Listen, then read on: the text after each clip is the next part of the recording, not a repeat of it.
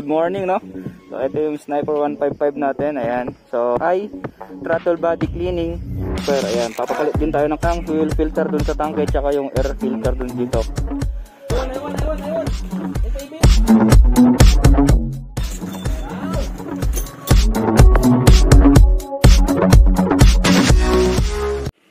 So what's up mga ka-MB Moto? So good morning, no? So ito yung Sniper 155 natin, ayan. So gagawin natin ngayon ay pupunta tayo kay Master Chester Sobredo dun sa Kaba. At ipapalitan natin ang clutch damper kasi maingay kapag kakuan. Ayan. Yung tinakbo nito ay 25,000. Ayan. So hindi pa to na FI, throttle body cleaning, tsaka yung valve clearance. So ngayon pupunta tayo doon para ipagawa. So may dala na tayong kuan dito. Siyempre yung pang change oil, ayan. Ang gamit natin ay Shell Long Ride. Tapos yung coolant. Tapos ito yung sa clutch damper. Ayan, papapalit din tayo ng clutch damper kasi kapag pinipiga mo yung clutch, tumatahimik tsaka makalansing na, pangit na yung tunog. So paparinig ko sa inyo, no. Tsaka papakita ko sa yung before after.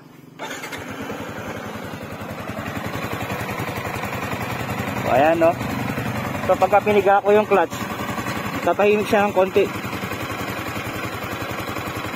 Oh, di ba? Nakapiga.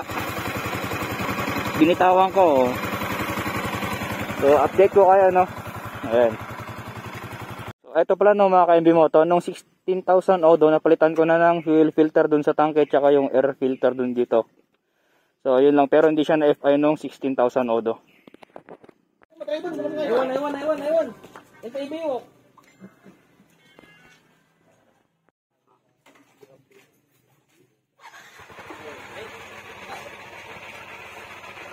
Kabaras. Wow.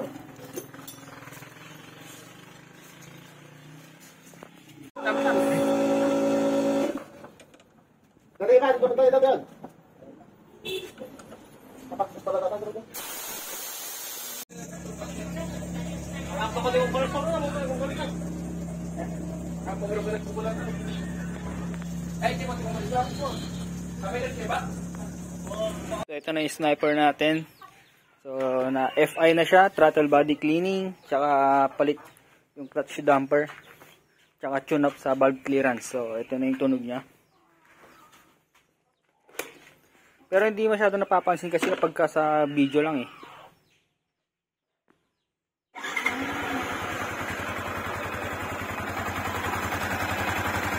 So yan, pipigayin ko yung clutch. Nakapiga tapos bibitawan ko.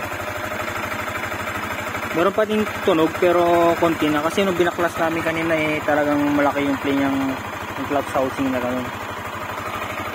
So alright.